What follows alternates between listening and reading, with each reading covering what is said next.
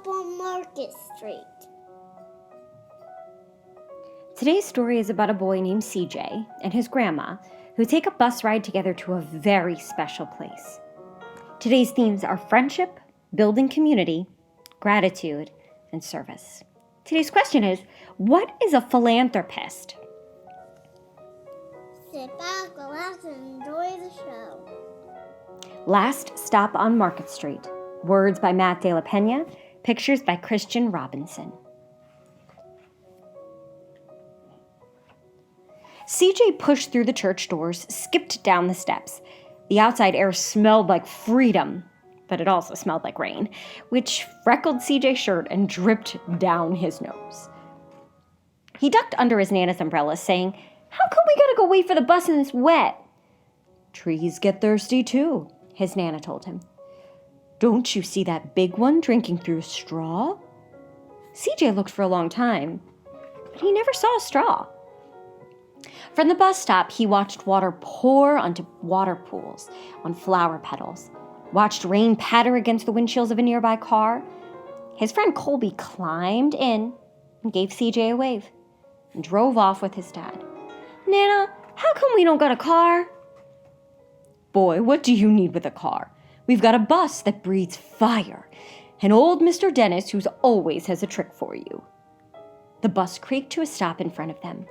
It sighed and sagged, and the doors swung open. "What is that I see?" Mr. Dennis asked. He pulled a coin from behind CJ's ear and placed it in his palm. Nana laughed her deep laugh and pushed CJ along. They sat right up front. The man across the way was tuning a guitar. An old woman with curlers had butterflies in a jar, and Nana gave everyone a great big smile and a good afternoon. She made sure CJ did the same. The bus lurched forward and stopped. Lurched forward and stopped. Nana hummed as she knit. "How come we always gotta go here after church?" CJ said. "Miguel and Colby never have to go nowhere." "I feel sorry for those boys," she told them. "They never get a chance to meet Bobo or the sunglasses man. And I hear Trixie got herself a brand new hat." CJ stared out the window, feeling sorry for himself. He watched cars zip by on either side, watched a group of boys hop curbs on bikes. A man climbed aboard with a spotted dog. CJ gave up his seat. "How come that man can't see?" "Boy, what you know about seeing?" Nana told him. "Some people watch the world with their ears." "That's a fact. Their noses, too," the man said, sniffing the air. "That's a mighty fine perfume you're wearing today, ma'am." And Nana squeezed the man's hand and laughed her deep laugh. Two older boys got on next. CJ watched as they moved on and stood in the back. "Sure wish I had one of those," he said. And Nana set down her knitting. "What for?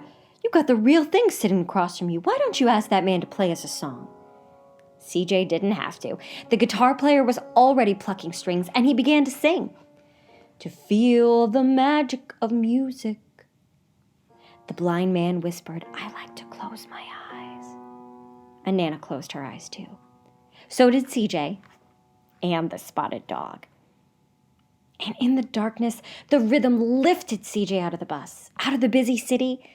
He saw sunset colors swirling over crashing waves, saw a family of hawks slicing through the sky, saw the old woman's butterflies dancing free in the light of the moon. CJ's chest grew full, and he was lost in the sound. And the sound gave him the feeling of magic. The song ended, and CJ opened his eyes, and everyone on the bus clapped, even the boys in the back. Nana glanced at the coin in CJ's palm. CJ dropped it in the man's hat. "Last stop on Market Street," Mr. Dennis called. CJ looked around as he stepped off the bus. Crumbling sidewalks and broken down doors, graffiti-tagged windows and boarded-up stores. He reached for his Nana's hand. "How come it's always so dirty over here?" She smiled and pointed to the sky. "Sometimes when you're surrounded by dirt, CJ, you're a better witness for what's beautiful." CJ saw the perfect rainbow arching over their soup kitchen. He wondered how his Nana always found beautiful where he never thought to look. He looked all around them again, at the bus rounding the corner out of sight, at the broken street lamps still lit up bright, and at the stray cat shadows moving across the wall. When he spotted their familiar faces in the window, he said, "I'm glad we came." He thought his Nana might laugh, her deep laugh, but she didn't. She patted him on the head and told him, "Me too, CJ. Now, come on."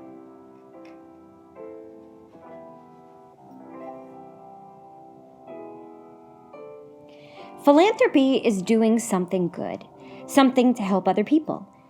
In this book, CJ and his grandma were philanthropists. What did they do to help others? That's right. They went to the soup kitchen and helped serve other people food that needed it.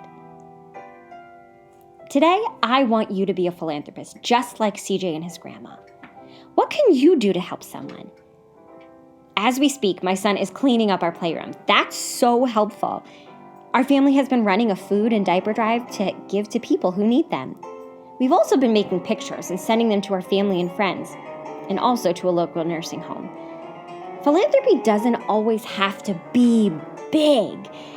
A big act, it can just be small, as drawing pictures makes someone feel better. Now, let's get creative. Today, I want you to be philanthropists.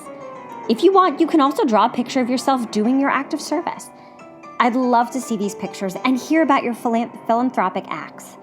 So, if you want, you can ask your grown-up to take a picture of it and send it to me at thegivingprojectforchildren@gmail.com, and I'd love to respond. Thank you so much for sharing this book with me. Let's continue to develop our love of reading together. Till next time.